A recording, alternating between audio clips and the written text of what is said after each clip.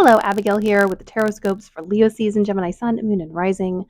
My Geminis, you are ruled by Mercury, and Mercury is indeed retrograde during this time. I think that's kind of the main astrology I want to kind of hit home. I've done longer videos on this. I did one on the Mercury retrograde and the Leo season astrology, so you can check those two videos out. They will be linked below.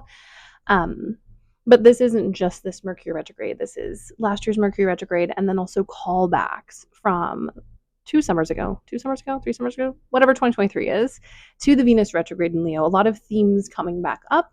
Definitely check the house that this falls in. I do whole signs, so it will be the whole, the whole of Leo. So check where that is to kind of suss out. You may already know what's coming back up, but if you don't, go into your chart and suss out where this might be happening. But there's a lot of return of old themes that are even more than just, since the last Mercury retrograde, which was in the spring during eclipse season and during the Venus retrograde. There's a lot of energy coming in. So this is kind of an exceptional Mercury retrograde. Also ruled by the sun, and there's a Cazimi on the 31st. So a lot of really important astrology happening, as well as everything else that's happening around this time. Also, because the nodes are where they are and because of where Pluto is, we're getting a lot of kind of resistant friction and kind of being forced to make choices, or to at least learn to sit with the choices we have made. So know that that is the vibe of this season. Your cards are pretty interesting because they have a lot of court cards comparatively. Yeah, mostly court cards. One major arcana, one minor arcana. That's not a court card. And it feels like this season is really about embodying certain parts of the self and integrating stuff. You're not alone. There's a lot of other signs where the work feels much less external and is really more internal. And this is kind of the vibe of a Mercury retrograde. Also, don't forget that Neptune and Saturn are both retrograde. And Neptune is really about illusion and things we can't see and touch and the internalizing of stuff. And then we have Saturn that is about a lot of external things, boundaries, limitations, resistance as we move through life. And so there's this kind of interesting mashup where we're having to kind of navigate and deal with all of this kind of internal underlying energy. It will get more externalized as we head to the end of 2025, but especially with the eclipses in Pisces and Virgo and the South Node Mars conjunction, a lot of this is internal work, and it really is showing up in your cards. So starting off, we have the Queen of Wands. What do you want to embody? What is important to you? This Mercury retrograde is about reconnecting with your passions and your desires. And I know a couple of people who had some pretty gnarly stuff happen during the Venus retrograde that kind of dulled their shine. And this retrograde is about the return of those themes and those passions and refiguring and re-understanding them in order to bring back that shine and desire and really enjoy what you get to do and the things that maybe have had a bit of their sparkle taken by other people. So this season is really about my Geminis kind of getting back to themselves and really appreciating who they are, how far they've come, and kind of getting back to the nitty gritty of like, what do you actually want outside of external demands, Virgo rising, it's Mercury retrograde, outside of societal expectations. And I know you guys tend to be pretty good at flexing in and out of society, but this is kind of going back and saying, what are the parts that you've actually banished to dark and far corners of yourself because of the past, and pulling that shine back in and pulling those desires back in, and then embracing them, maybe not as you did before, but in such a way that they get to be a part of you again and they get to exist within you. This switch and change, it is going to probably push away some people. I'm saying this because we do have 3 of Cups. However, as we move through this reading, remember that the people that are meant for you will love to be with you, will desire to spend time with you, will embrace who you are. And the people who don't will leave. And while that's not fun, it is more important that you have your shine and that you have the people that you deserve than for you to mold and shape yourself into what other people like. And I think the downside of the flexibility of Gemini is that you are actually quite good at camouflaging and chameleoning your way through life. And it doesn't mean that you need to get rid of your shape-shifting energy, But there are some places and spaces where you deserve to not to have to shapeshift, where you deserve to be whatever shape you feel like being, even if that's still shape shifting, but it's not aligning to the shape and the curves of someone else. Part of the reason I bring up shape shifting because we do have a Knight of Swords. This is also about freeing yourself from mental stories and ideas. It also means I think that you're going to actually be able to process quite a lot in this season, which is nice. You get to move ahead pretty quickly once you kind of lock into your ideas.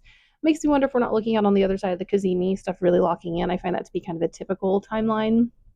I find that the Mercury Kazemi for a lot of people is like a turning point in the retrograde where you start to go, I don't know everything, but I'm definitely more aware of what was happening than a few weeks ago. So pay attention to that. That Kazemi is on the 31st of July. Kazemi is when the sun is conjunct a sign, not a sign, conjunct a planet. And that planet is Mercury, which is your ruler. So definitely allow the brain to be flexible and to move and play with other ideas. Just because you're playing with it doesn't mean that it's a long-term commitment to an idea, but allow yourself to play with what ifs and with how you present in the world, especially if you're a Gemini rising. And if you do need masks, which a lot of Geminis do, in order to kind of navigate certain spaces, make sure that you get to pick the kind of mask you want to present. It doesn't have to be what everyone else wants, even if it is so that you can interface with other groups. I know a lot of Geminis utilize masks in career and work places because they can.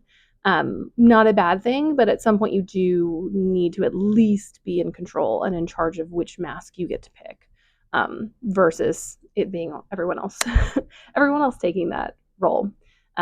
So definitely fluidity and connection. Also, when we have a lot of court cards, I do often feel like these are spirits, especially in the deck that I'm using, spirits or ancestors coming in. So I encourage all of my Geminis, if you haven't broken into spirit work, please do. There's no wrong or right way to connect with spirit. I do think I have a video several months ago on spirit guides. You can go check into that. I'll give you some information on how to connect with them. I haven't done a video on ancestors, but I think that's coming soon. But yeah, connect with your ancestors and your spirit guides this season if you can. Part of the reason I'm saying this is because we do have a high priestess. And this is always about that deep internal world. It's also a reminder that Neptune is sextile to your sign in Aries, and any Aries placements you have, especially in the early degrees of Aries, are really being kicked off at this point. And a lot of us, especially with that Saturn conjunction, are being called in and out, in a sense, if you think about entering into the cosmic world and into multiple timelines and multiple planes of reality. My kind of belief around astral travel and things like that is it all is kind of accessed through the mind, and your imagination is your corner of the cosmic psyche, and the further you stray from that internal world, the more fringes of the fantastic and the astral that you will find, which is why you should be careful when you reach the edge of your own imagination, because you will meet interesting things. You just need to protect yourself.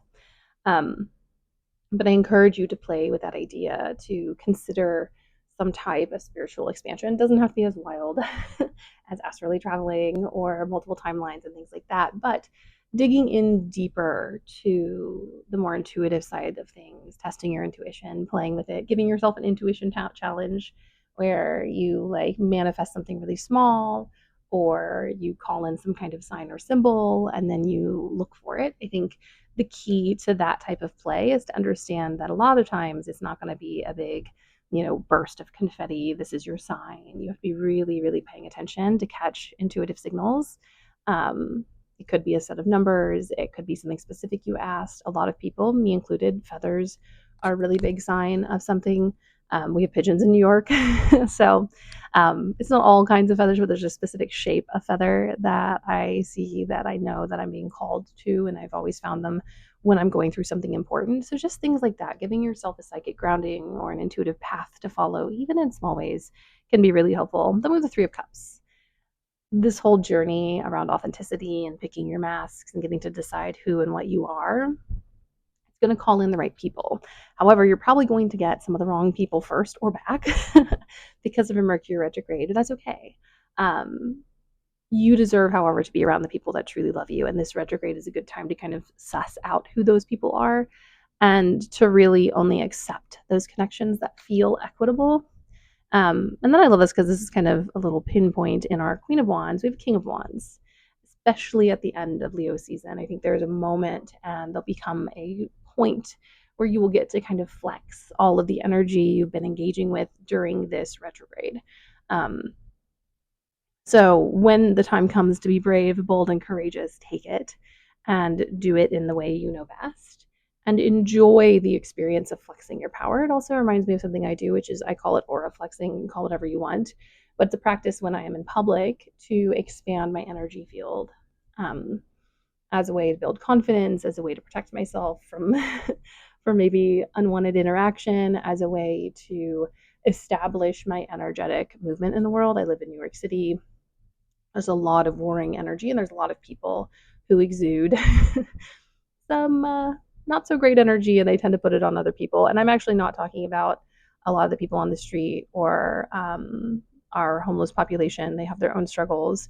I don't see them as like negative energy. I'm talking like business bros who take up the whole sidewalk, or wealthy families who park themselves in the middle of the fairway and keep people from passing, or men who harass women on the subway, or queer people or trans people. So play with your energy. It's just this feeling, it's kind of hard to describe, but you kind of center your energy down in your solar plexus or your third eye, depending on where it hits. Breathe in and just imagine your aura color or a bright light or whatever, or even a feeling expanding beyond the limitations of your body and going further out and touching the energy of other people. I find it's a really good way to build auric power and psychic protection. And last but not least, we have the Page of Cups. Be emotionally sensitive. Listen to your feelings and respond to them in kind. And honor those less developed feelings, those more raw moments and impulses, and ask them what they need. Ask these, very simple, basic burst of tears or spark of rage. Ask them what they need because they're all trying to tell you something. Especially those feelings that we don't like sadness or despair or anger, especially if you were conditioned as a woman. Ask them what they need and give them something to play with. Give them some recognition. It's a very Page of Cups things. It's like a little toddler who needs an emotional release, and they get cranky and mean because they don't have anywhere to put their emotional stuff. So give yourself some exercise. Give yourself maybe a word vomit. Give yourself a moment to rage against the way things are. But treat yourself tenderly this season and honor the feelings that come up. Anyways, that's my reading for you. It's very spiritual. You all have a lot of psychic energy swirling right now that I think you would benefit from using. So do with that what you will. I encourage you to use it. Anyways, that is my reading for you. Please like and subscribe if you enjoy these videos, and I will see you all in a different space and time.